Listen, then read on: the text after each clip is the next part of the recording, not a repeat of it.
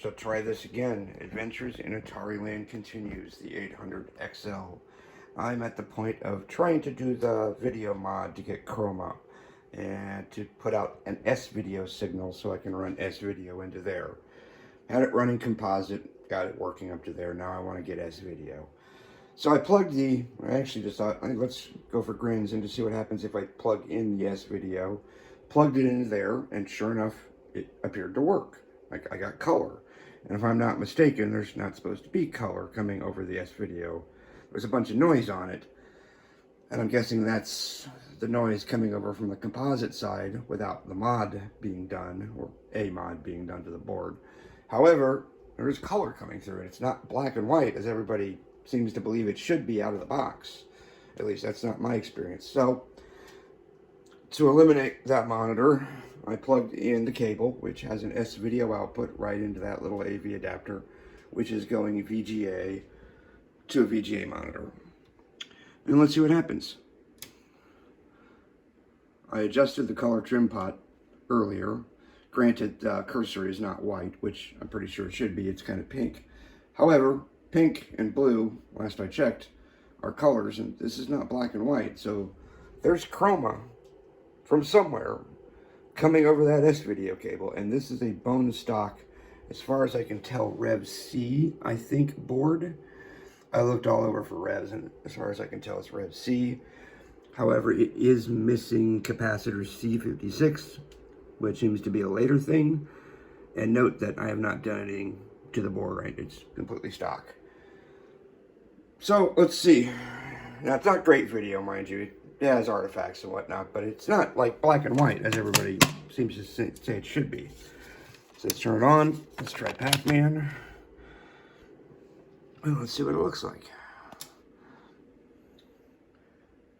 All right. Correct me if I'm wrong, but that's not black and white. There's color there. Over S-Video.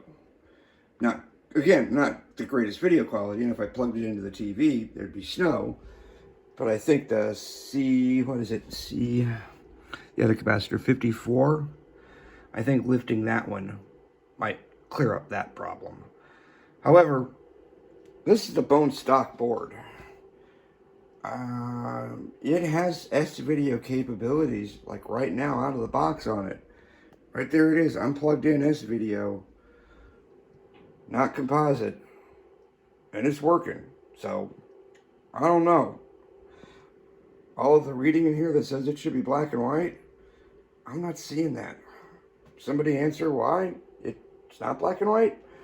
Is this some later thing that some of the boards had? I don't get it. Anyways, that's it for today.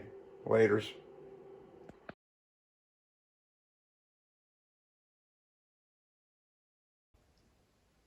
I'm going to get this on video before I make these Atari 800 XL mods. Here is the 800 XL stock, no mod, with composite video out. It's coming through an adapter I have that goes from composite to VGA on this monitor.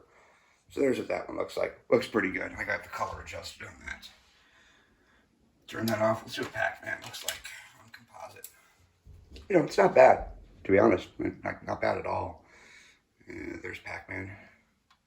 Boom. Looks pretty good. Now I'll switch over to the S-Video. So the cable I have has an S-Video, and again, no mods on here. There's the input. Alright, so there is S-Video out. You can tell the little pink on the cursor. There's definitely some noise on the screen, whatnot, but it's not horrid. You can see it. It's certainly not black and white. Alright, Pac-Man. Doesn't look bad, does it? You can see some of the snow on the screen, some of the junk, but certainly is color. So that's what it looks like before I make the mod. And I'll probably edit this in then somewhere after I've had the mod done. Later.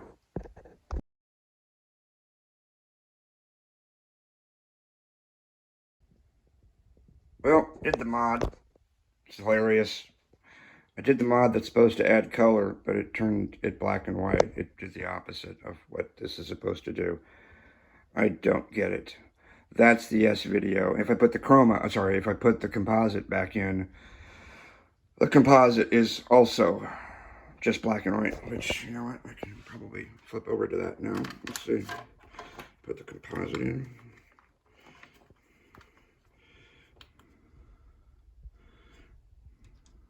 Turn it off.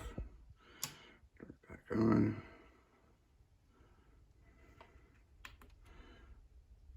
There. That's the composite.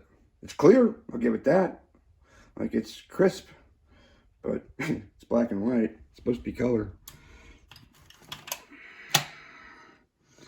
Let's try just the main machine. Yep, there we go. Black and white. I did use the 100 ohm resistor on the trace line on the bottom from, what is it, R67, 68. I'm going to take that resistor off and see if that maybe clears it up. Otherwise, I'm just going to put it back the way it was. I'll reconnect C54 and remove my trace line. We'll see what that does, and then I'll take it back to sort of factory default. Weird.